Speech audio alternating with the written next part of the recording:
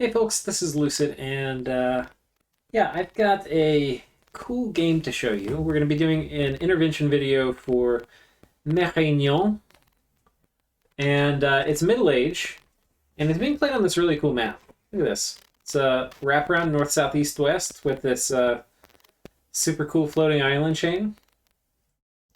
And the backdrop for this is pretty hilarious. Marignon had made a non-aggression pact with ermor, and used that time to sneak in friars and preach and put up purgatory.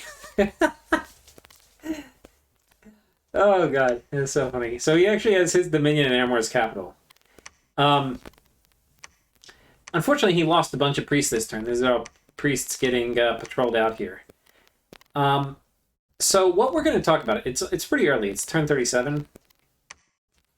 He's got basically enchantment, some conjuration, and thaumaturgy researched. What we're going to talk about here is how to conduct this war with ermor. He's basically going to be in a 1v1. Ermor has conquered someone down here, Nabah maybe, or something. And then I think they may be beating up on somebody else. And then Zabalba kind of pieced out with them. So, we're going to have a fun trip ahead of us.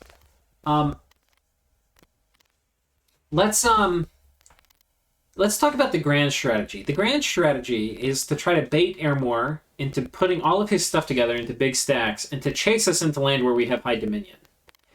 To do that, we're going to need to have a big, scary stack of our own. So that's going to be kind of the first thing, like compelling him to do that, and then having a stack scary enough that it also doesn't just roll over and die. So anyway, that's kind of the first part. The second part is we need to think about how that army is going to interact with our preachers so that we can keep Dom pushing him. And ideally, we don't lose so many preachers. Like, we lost a lot of preachers this turn. So we need to talk a little bit about mechanics for that. Like, how does... what are the preaching mechanics and patrolling mechanics and all that, and how we can synergize that with our army. And then finally, we need to talk about, well, two more things. We need to talk, well, a few more things. We need to talk about army composition for that big army, like what goes into it. How do we win a major fight? How do we raid him, right? And then if we're going to have the big fight, is there any kind of bullshit we can do to kind of win without taking super huge losses? So those are the things that I want to talk about. And I intend to. So I guess we'll first start with the grant. Like, we have the army composition. How do we maneuver it around? Like, what's the synergy with preaching and the mechanics? One thing is, if we had a place to retreat to, all these guys would have had somewhere to go. But instead, they just died, right? So, and we also need to look at his bless, too. His bless is magic weapons, shock resistance 5, fire resistance 10. This is a zinger for us. Defense plus 3, undying plus 10, and HP plus 3, strength plus 2, blood vengeance, and combat speed. So it means he's going to have pretty good flankers with combat speed. The strength is nice because these axes are two-hand weapons. And blood vengeance, obviously really good. Penetration bonus actually making blood vengeance a little better here. And he has undying 10, which means these guys are pretty beefy. Like, to kill one of these guys, they're basically like 33 HP. That's a lot to get through with 16 protection and blood vengeance and all this garbage. So, anyway, this is what we're dealing with. Now, let's talk next about how the preaching mechanics and all this works for the kind of macro strategy. So, one thing to note is these guys are wasting the priest turns here. That you can only preach up to level 2 with the Holy One. So you can have 60 level 1 preachers here, but you're only going to get level 1, like two candles. The formula, the math for this, is that every priest level you have, you can preach up to twice that in candles. Plus 1 if you have a friendly temple here. So, like, here, a Holy One could preach up to 3 candles, but in an enemy territory where you can't obviously have a friendly temple, you can only preach up to 2. So here you might keep one guy or two guys preaching just to counteract the minion pressure of his temple if there were no troops here, but otherwise they're just wasting their turns.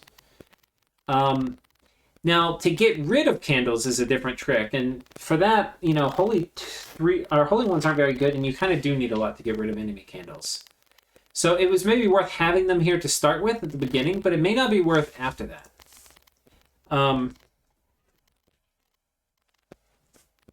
Yeah.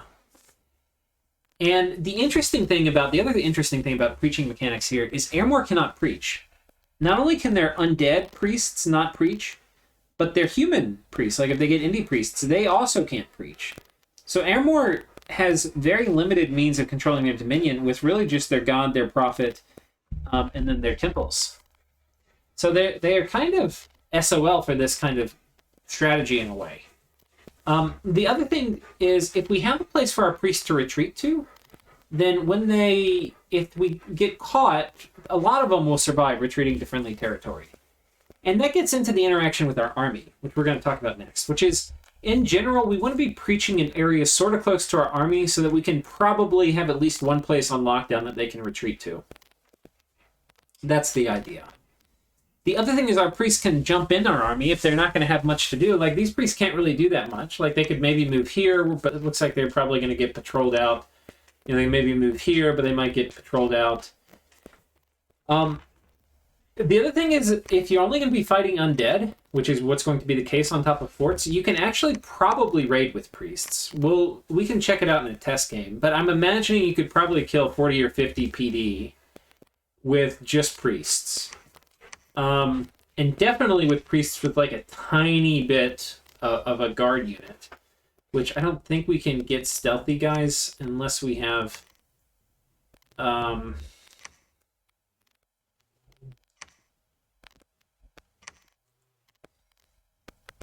Yeah, we'd have to have a special indie type, like if we had villains or something. And this would be a case where it might be worth looking at what are some stealthy guys we can summon or something, just to have a tiny bit of dudes to jump in and raid with priests. Because like 8 or 9 priests behind some troops are going to be able to deal with really a ton of undead as long as they're not the sacreds, right? But the sacreds are going to be a different story.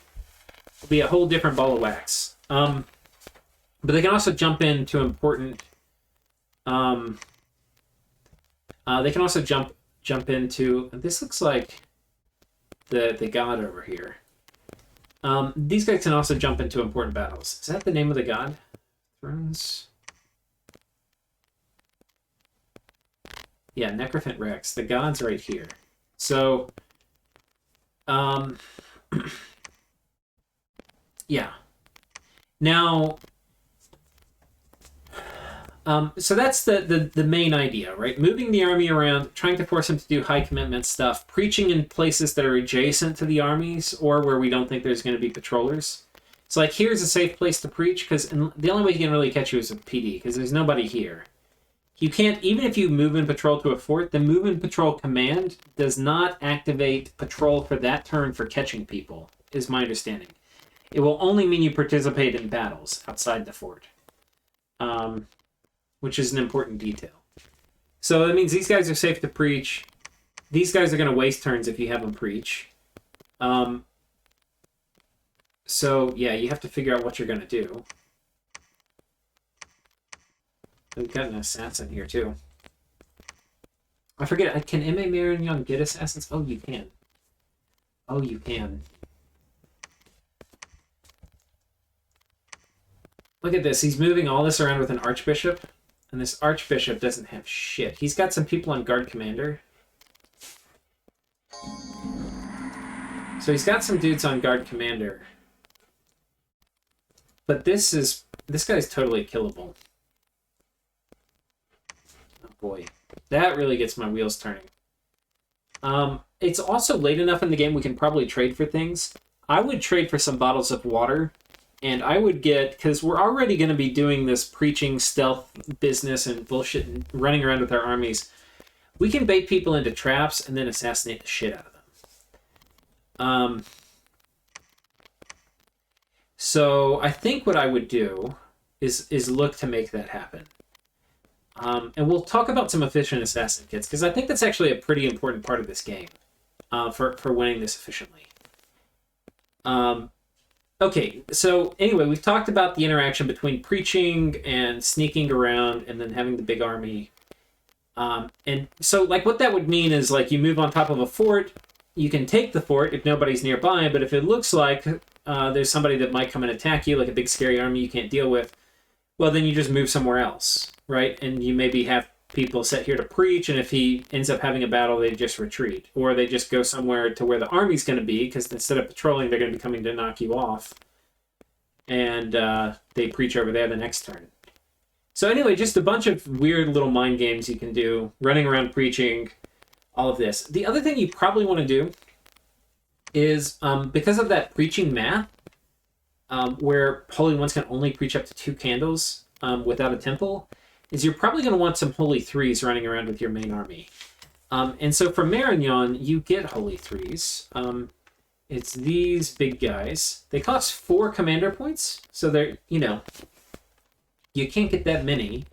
But these guys are going to be able to get you up to Dominion Strength 6, which is really nice. Whereas these guys, not these guys, these guys can get you up to Dominion Strength 4. But they're Inquisitors, which means they're going to be very good at dismantling enemy dominion. You can get these guys anywhere. So anyway, those are just options. Just options. Okay, so now on the topic of the big army. What can our big army do? Well, we have a few things we can do. We have a lot of these Fire 1s. We have a lot of Witch Hunters, which are Fire 2, Astral 1. We have some Indie Mages. We have a bunch of these Nature Water randoms. And we have even more Nature Water randoms over here. We have an Enchantress site too, where we've got some interesting Enchantress combos. We've got an Earth 2 one, and we've got I think there's a Nature 5 one running around somewhere, or Nature 3 or 4 one running around somewhere.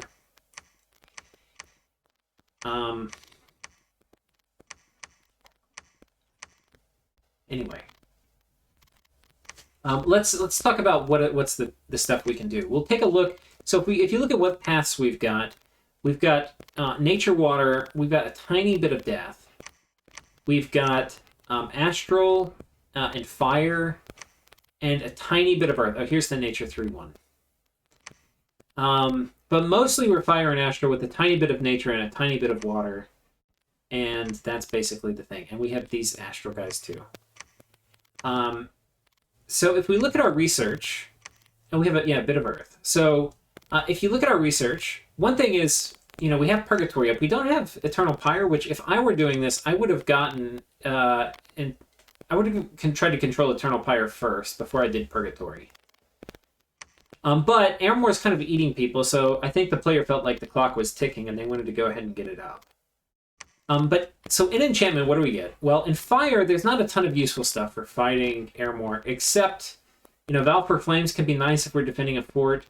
These things, nothing here is going to be good against fire resistance lictors, right? For Astral, we get Anti-Magic, which is really good. And at level 7, we get Solar Brilliance, which is super duper good. Solar Brilliance is going to have a 5% chance of blinding things, which is going to be MR easily negates. So you want to, if you have anti-magic on your units, not many guys are going to get blinded unless it's a super duper long fight. In general, you want to have this up every time you can versus ermor, and don't worry about this blinding chance, okay? Like, your guys are going to get blinded, you're going to need it though, okay? Like, what's a lot worse is when your guys die without killing all of ermor shit. So just don't worry about this part. All undead take 5 AP damage, MR easily negates. This is only going to be chip damage to lictors, who I think have like 16 protection, but I think it can hit them in the head, in which case it'll do a lot more. But it's going to clear out all the chaff, which is probably the most important part. Just clearing out all the chaff so that all that's left for your guys to hit on is lictors. So this is pretty good. And anti-magic's really good for reducing the blood vengeance damage. I would probably, because he has a god, this is a little weird thing, he has a god that's been running around magic dueling people. Because he's a white, or he's, twice born or whatever. I don't know if he's still doing it, but What I would probably have 2 people set up to cast anti-magic every fight, because I would be worried about one of them getting magic dueled. It's that important of a spell. And then Solar Brilliance, yeah, you want to have up. So we've talked Astral, we've talked Fire. Nature, not a ton of great stuff for us, except Relief. But this particular ermor player never casts magic, so you don't really have to worry about Rigor Mortis. But this time in the game versus ermor, you would kind of start needing to be worried about Rigor Mortis a lot of times. But this time, probably not. It's still not a bad thing to put up, especially if you're worried a little bit about that cold aura from the lictors freezing your troops. Which, speaking of which, brings us to this. Like, we would like to get Frostfend. I think it's also worth getting, because that frost damage from lictors is super intense. And I don't think, if we look at our bless, we've got attack skill, reinvigoration, magic resistance, twist fate, strength, and blood surge. I think what you're going to want to have is you're really going to want water ward going down on your troops. It's a big area of effect. You can load up some of your water mages here with water gems, and then they can cast it. They can. One nice thing about being water 1 is you can only spend 1 water gem. If you're water 2, the AI casting might say, "Oh, we'll use 2 water gems." This is only going to use it once. So if you script it twice, they're literally going to use 2 water gems and they'll cast it twice. So 2 of these guys, each with 2 water gems each, will be able to get a lot of water ward down. It'll be kind of like you cast Frostfend. And honestly, you probably only, depending on how big your army is, you might really only need to have, like 1 guy casting it twice or 2 guys casting it once. So anyway, that's a thing.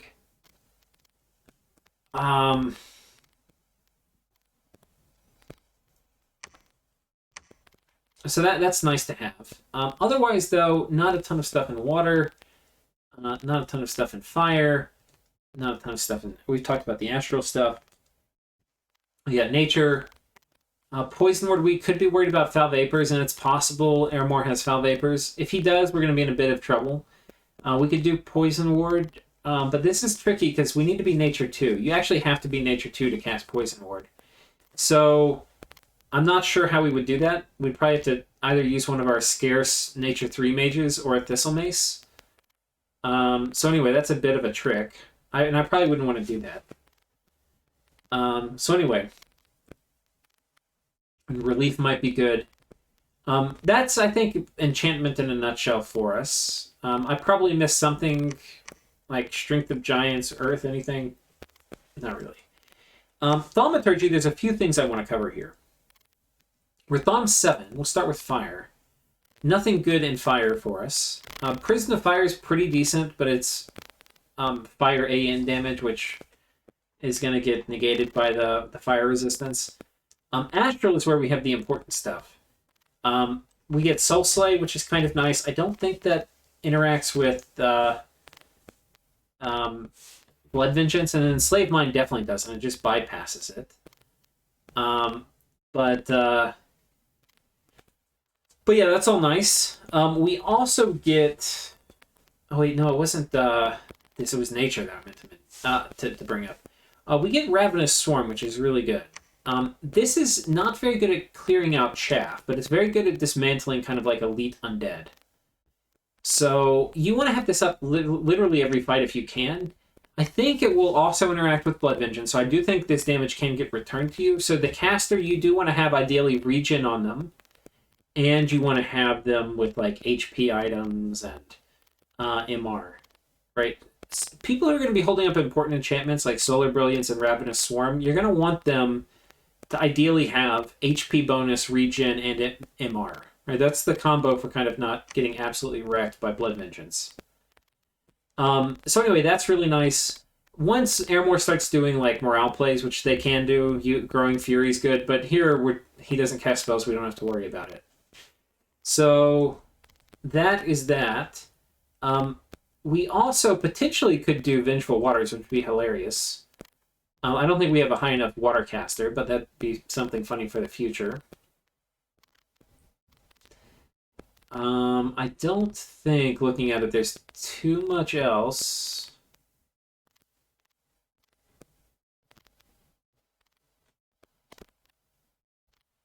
Yeah.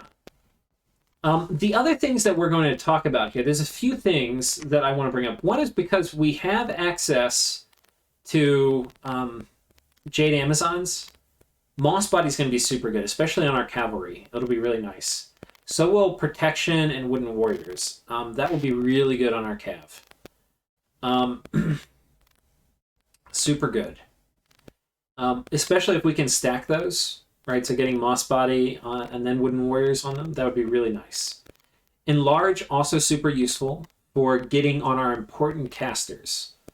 And we'll talk about how to stack them up. But basically, you put the important casters like the Solar Brilliance caster and the Ravenous Swarm caster in the same square, and you put them in a place where Enlarge is likely to target them. You make sure that, maybe you put 3 people in the same square, right? And then you hit them with Enlarge, you hit them with Regen, and then they're more likely to survive. But anyway, this is good stuff. What are the other things in Alteration? Another one is Inner Sun. This is actually kind of interesting.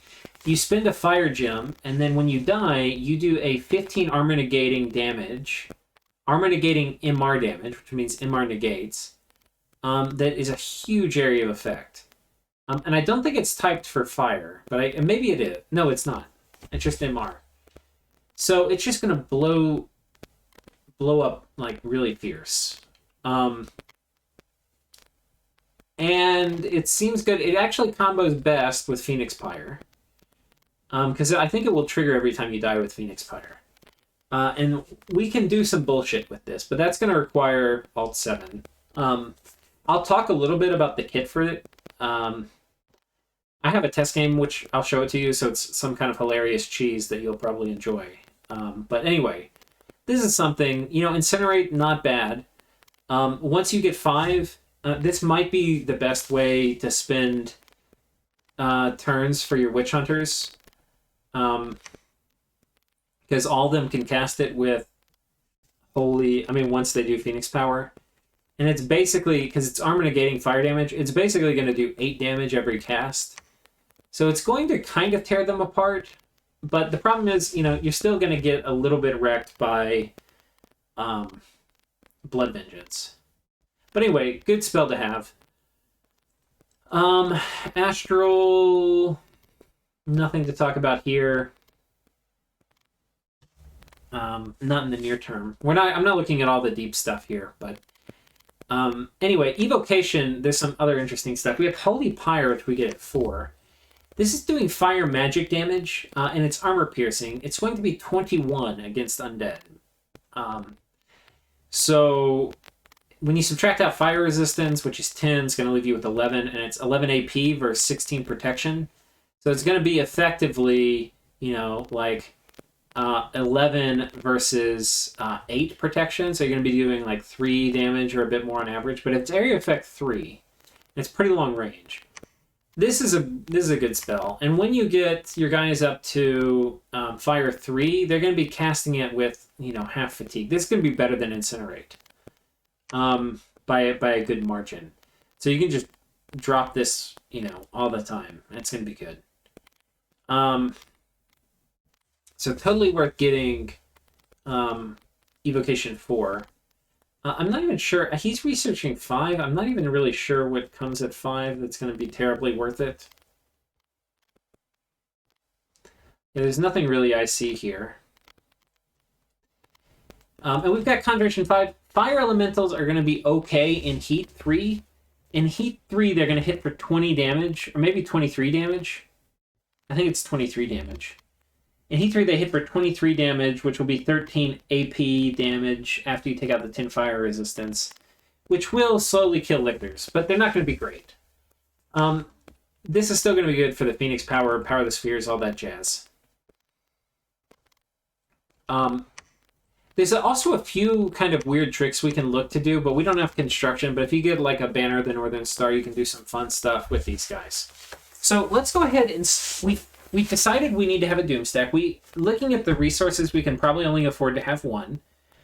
And the job of the Doom Stack isn't to just bulldoze into stuff, though at times we will. It's mostly going to be to set up the alley-oop for priests, right? So that they attack into our Doom Stack because we were going to take the fort if they didn't, and then we dodge out and now they're sitting in candles.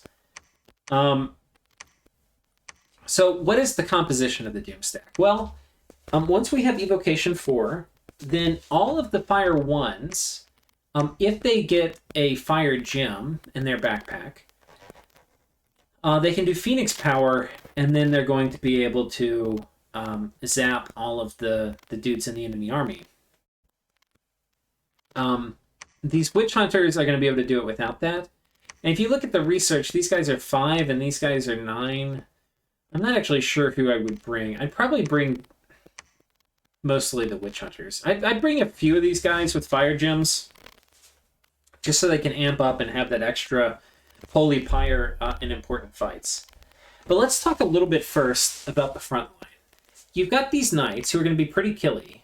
You don't have a ton of them. I don't even know if you have any more, and if you do, where they are. But this is not a lot. You've got some crossbows, which are a bit of a liability. I think this is what I would do. This is going to be very micro-intensive. But if you want to do this well, I think you're going to have to do this. Do we have knights here?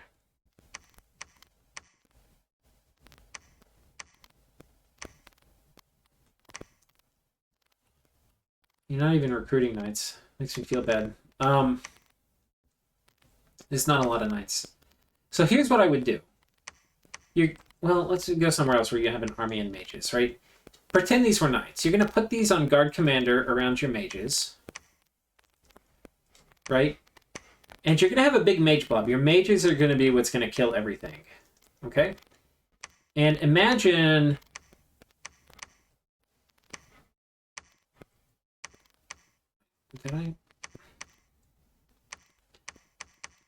Imagine you make a wall on the outside of this guy with guard commanders, and then you put these other mages, which are going to be sitting in the middle, and you might not have enough troops to do guard commander on them. You're going to put them like right here, okay? Just like this. And you're going to have this nice wall of troops. All right, so one thing is the formation. We're going to have people on guard commander, mostly the knights. The knights ideally on the outside because they're going to be killy. And then other people on the inside. And I would avoid, as much as I can, having... You can even bring some crossbows and put them in the middle, right? So the crossbows can sit in here. Make sure you just do it in a test game, right? So just see how much space you're going to need to block off. And you're not going to do it with just 4 guys, right? I'm just showing you. You're going to, all along the line, you're going to have like a guy here, a guy here, a guy here, right? And they're going to be forming a wall. You don't necessarily have to worry about the back. Like you could put shittier units in the back, like just militia or something, right? But try to do the knights on the side and the front, right? So you're going to do that, then you can put the crossbows and the mages and stuff in the middle. Now let's talk about how we're going to buff the knights. Well, we don't have alteration yet. I think you want to skip this, go Evocation 4, then hit Alt 3. And Alt 3 is going to give you Moss Body, which is going to be pretty important. You also because we're going to be dropping Moss Body and they're going to be getting spanked, you kind of want to get Poison Ward too. It's going to be a bit of a pain in the ass though. But what is it going to look like? What are the things for this to be successful that you're going to have? First of all, I would bring a boatload of these Jade Amazons. I would bring, for every 10 knights, I would have 1 Jade Amazon, which is going to be near them. And all her entire script's going to be, because remember, you're guard commander, so you got a lot more time to buff these guys up. That's not going to be your script. Oh, well, I can't do it, because it's going to be Moss Body times 5. Right? All she's going to do is Moss Body the shit out of these guys. The other thing you can look to do is once you get 4, which is a little bit higher than 3, right? Because we need 3 for Moss Body. If we go to 4... we get quickness with a water gem. Each of these Jade Amazons can also cast quickness. You can try to put that on the knights too, but I think this is a little bit of a luxury good at this point. Wave Warriors would be super nice, but again, this is going to be a bit of a luxury and a bit out of reach. Wooden Warriors again would be awesome. So one thing is you definitely, I think, want Moss Body on all of them. You can maybe even have some of them scripted to do protection if you're having to do this in the very near run, and just try to spam out protection. So maybe you have 2 Jade Amazons for every 10 knights. Right now you have 40 knights, right? So think of those guys. They're on guard commander, on the periphery. For each of those, you're going to have That's basically 4 sets of 10. So you're going to need 8 Jade Amazons, 4 of them casting Moss Body and 4 of them casting Protection. Right? And they're going to probably target the Knights. Hopefully. Right? And so they get that all over them. You get more efficient once you get up to Wooden Warriors, and you can maybe only bring one of the guys, and he's just going to do it with the Thistle Mason. He'll just cast this 3 times or something, right? And that'll hopefully get most everybody. So anyway, that's one thing we can do. The other thing we can do is we can start hitting them with these guys. Your communion, I don't think you have to be super anxious to get your communion off, right? Like, you have time is a little bit on your side, right? So, do we have any? We don't have Astral Mages here. Okay, pretend this is the Astral Mage, right? So, this guy can also be here. So, like, each tile, you can have 2 Jade Amazons in a thing, and one of these guys, and this is going to be your other fluffer. You can do something like this. You do Cheat Fate, which is like the area of effect one of Twist Fate. Or you can do Luck. Maybe Luck would be a little better. I'm not sure. Or you can do that times like 3 or 4, and then you can become a Communion Slave once you're at the end of your script. That can be for a lot of the fluffing, and hopefully this is going to target the Knights. It may target other things, because the HP density might not be, because I don't think we have HP on our Bless. It may not target the Knights, but hopefully it will. But if it doesn't target the Knights, you're going to have to increase your Mage ratio. So it's worth testing, because the problem is the Knights only have, I think pure HP density-wise, in a tile you're only going to have 28 HP of these guys, but in a tile of this you're going to have 30. So it may target like normal human troops. You'll have to see, but you need enough mages to hit everybody with Moss Body and probably like Luck, right? And then ideally Protection too. So we're getting into like major mage commitment territory. It's now at least, like 15 mages, and this is just for like preliminary fluffing on the guard commander dudes. Right? What else are we doing? We're going to be getting, which we can do right now already, Solar Brilliance. That's going to go up. Or no, we can't do it quite now. We need... Oh, that's a good question. Do we go enchant 7? I don't think you need to. I think I would get the other basic stuff first, like Evocation 4 and Alt 3. And once I have this, then I would probably go enchant 7. Get that Solar Brilliance. Because even these guys, you're going to need probably like 30 mages in this Doomstack army, right? Like probably like 10 or 15 doing fluffing, and then you're going to transition into like a small communion with a small communion with some other guys spamming out Holy Pyre and stuff. Okay, so we've talked about the fluffing, buffing up the front line. You're going to have these guys on guard commander. You're going to have crossbow dudes in the middle. You can do flaming arrows, because it's going to be not good against the Sacreds, but it'll be good against everyone else. You're going to want to have at least 2 people casting anti-magic. You're going to want some of these guys with fire gems to do Holy Pyre, and then... Holy Phoenix Power and then Holy Pyre. Or, yeah, isn't that right? Yeah. And they'll be doing a lot of murdering to get rid of all the chaff. If you had this guy, or where's the... I know you have a Earth 2. I would bring her 2, and her whole job would be to do Legions of Steel. So, even just because you have her, I would maybe even go just like Construction 3 before I pick up or Enchantment 7. And this is just to do Legions of Steel. Which, having one person doing Legions of Steel in that stack's totally worth it. The other thing you're going to have in that stack, and it's going to mean, again, more Jade Amazons, is you're going to need some people casting Water Ward every fight. Every major fight. Because if you run into Lictors, you're going to be in trouble. Right? So get the crossbows over here. Get more Jade Amazons. You're going to need a shit ton of your Jade Amazons. For all that Moss Body, for all that Water Ward, you have to have that. Otherwise, you're just going to die if you run into a fight. And then you're going to need enough firepower to probably be dropping at least 10 Holy Pyres a turn. Right? Because your guys aren't going to last that long in the front line. You've got to be dropping a lot of Holy Pyres. The final thing for this, and it's not really going to be that relevant at the beginning, because the only person you're going to kind of have to be protecting is your Nature Mage, who is probably also going to need a Thistle Mace. No, you can just do it with her. So stack MR, trade for some MR gear, stack MR gear on her, and she can, with anti-magic up, she's going to be 19 MR, but that's still not enough. I would trade for like a Coral Blade, try to get her to do personal regen, and then drop Ravenous Fury, and then try to cast Enlarge a few times, and hopefully she hits herself. Maybe do an Amulet of Giants on her too, and then the Earth Amulet, or maybe not Amulet of Giants. Maybe you do like Anti-Magic Amulet, trade for it if you don't, because you have almost no construction right now. Trade for it. Go ahead and trade for it now. Get that Anti-Magic Amulet. Lodestone Amulet. You could even do a Ring of Regen.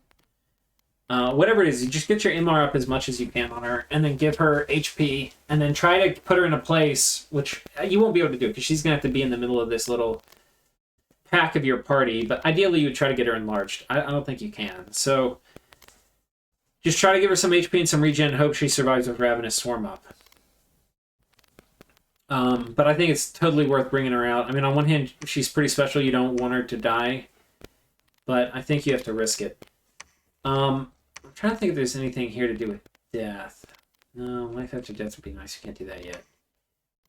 So I think that's basically it for fighting these guys. You have to get all these guys together. You doom stack up. You're basically going to be on a guard the mage and let them run at you while you drop holy fire and stuff. If there's a Skelly spammer in the back, that's kind of like a little weird exception. But if you're powered up in a communion, you'll be able to soul slay that last guy. So that should be okay. But this is going to be like at least 30 mages. At least. Maybe even more.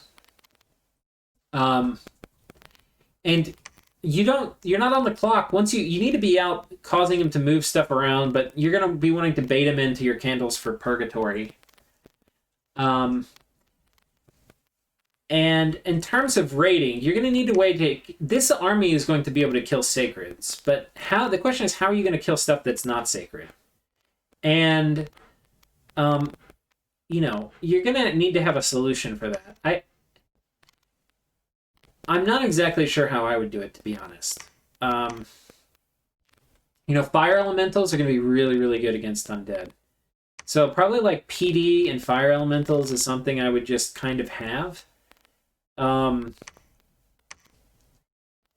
I probably, maybe I would do one mage, patrolling, and then I would have a few fire mages come in and just do fire elementals behind PD. And they'll help to clear them out. But you can also just, let him come in, and then a bunch of his shit's going to die on top of your stuff. I don't think he's going to want to attack into this. And I think your Dominion's too high. But it's something you could do. If you need to raid this stuff back, it's a little scary. You may move here, and then he may move stuff. But if he moves a lot here, he's going to lose it to all the Dominion. So, I would probably try different things of low commitment raiding. I'm not totally sure what I would do, because you don't really have super efficient raiders. Maybe a few troops and a lesser fire elemental and take both of these. But some of this you'll probably be able to take with an army. It'll probably take you a couple turns to form your army up. In the meantime, you can move this Doomstack around, and you're probably not going to run into this nasty army of Sacreds or something. So I would do that for the raiding. The final thing I'll show you, we'll end with the cool part. We'll end with some cheese.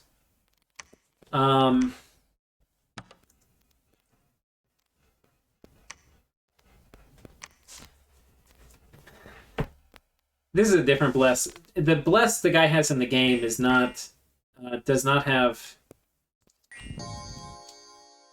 reforming flesh. It's just undying, which actually this is a much better bless versus the bullshit garbage that I've come up with over here. If it was undying, we would have won this battle here, decisively. But the idea is we want to have a bit of cold resistance, so we're pretty resistant to the fatigue effect from the chill aura. And then these guys are getting fluffed up. This guy's doing Iron Warriors. And then these guys are quitted. I've got them a pretty extensive kit, which you don't have construction yet, so you can't do it. But you can do some of this stuff, like Medallion of Vengeance, Part of Life. This is construction 16. We'll be able to do it. Boots of the Messenger. This isn't that far. You'll be able to trade for some of this. And you don't necessarily need to do it with all, but the script, they've already have Inner Sun on them. And they're doing Phoenix Pyre, is basically the thing. So you can only do this when you get Alt 3. I mean, Alt 7. Alt 7, yeah.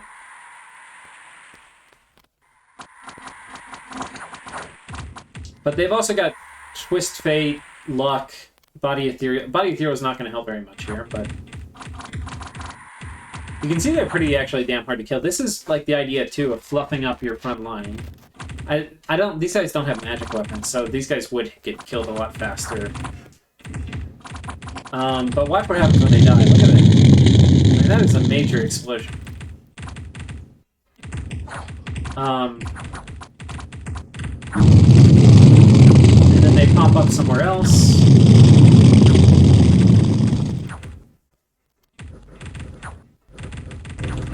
And then when this guy finally dies,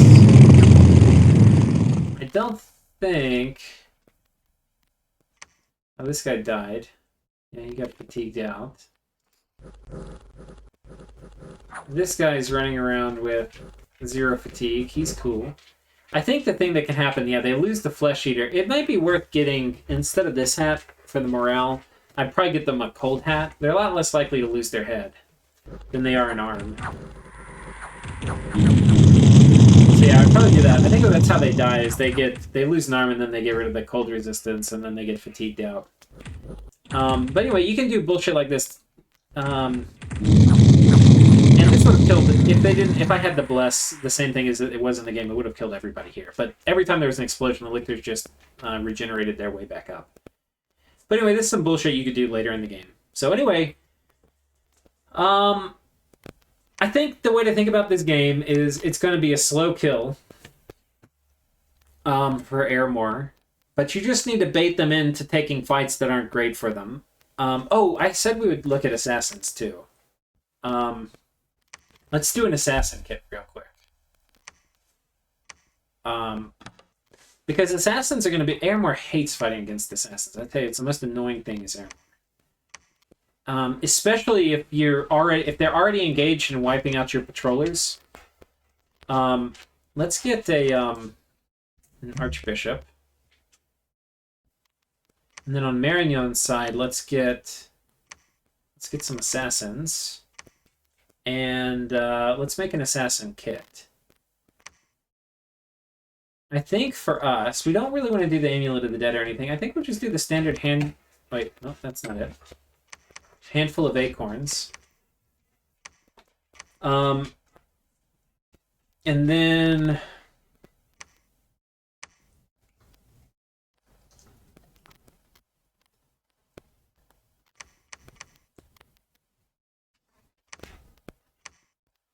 I don't know if that's sufficient. I mean, if we wanted to go crazy, like with something we're sure would work, we'd do lifelong protection. We'll try it real quick first without. And if it works without, we'll just do lictors, because that's going to be the hardest kind of bodyguard you can have.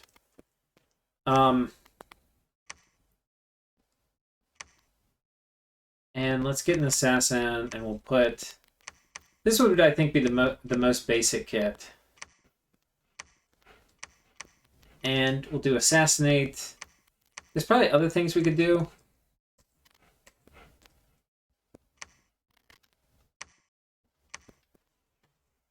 Let's see, who did we get? We got the Lictor.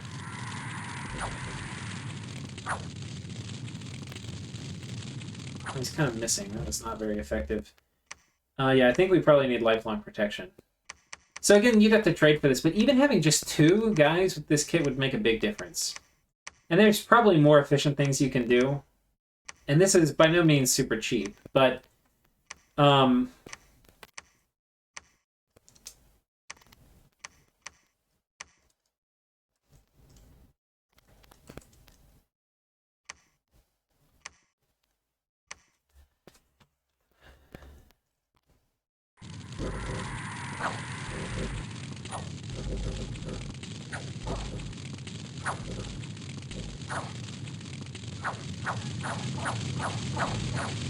The only problem with this is Holy Pirate's killing our own demons.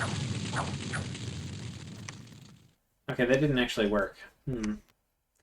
Okay, let's try one more thing. Here is the new plan. The new plan is this. And this actually is super cheap. Just Man's Cross, and it's lower tech. I think there's only construction, too. And I think we'll do that. Let's see if we can do it with Handful of Egg. Well, damn, 1 second.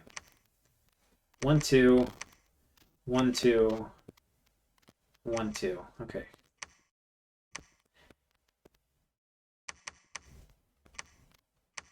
Here we go. We'll kick these guys up.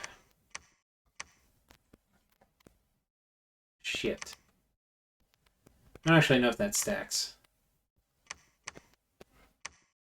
Okay.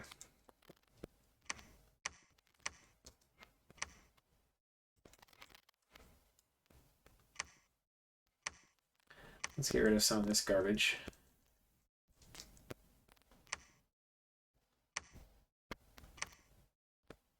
That didn't work. Alright, here we kill him, but we died too.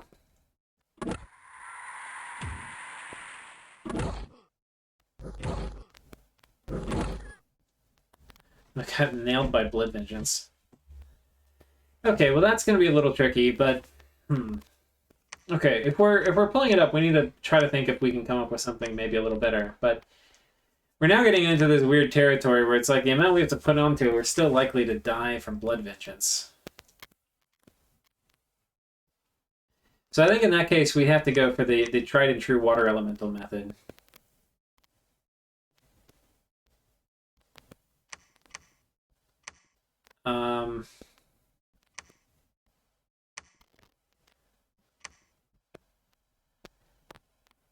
And maybe in this case...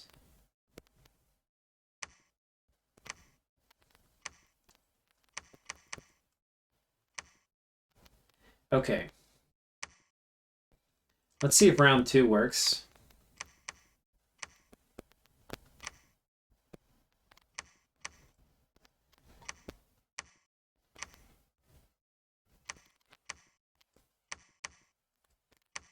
Ermor. Alright. Can we kill this big guy? Assassinate. My money is this will work.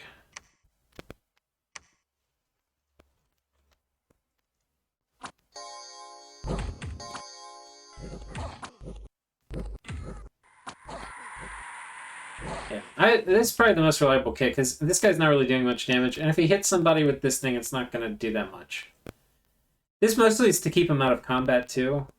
I don't think they have a bow or anything, so I do think you want to have some way to keep them from running in. Yeah. And the Vine Bow's nice, because it's not going to do a lot of damage, and it's going to freeze them up for your summons to kill. So I would probably do something like this.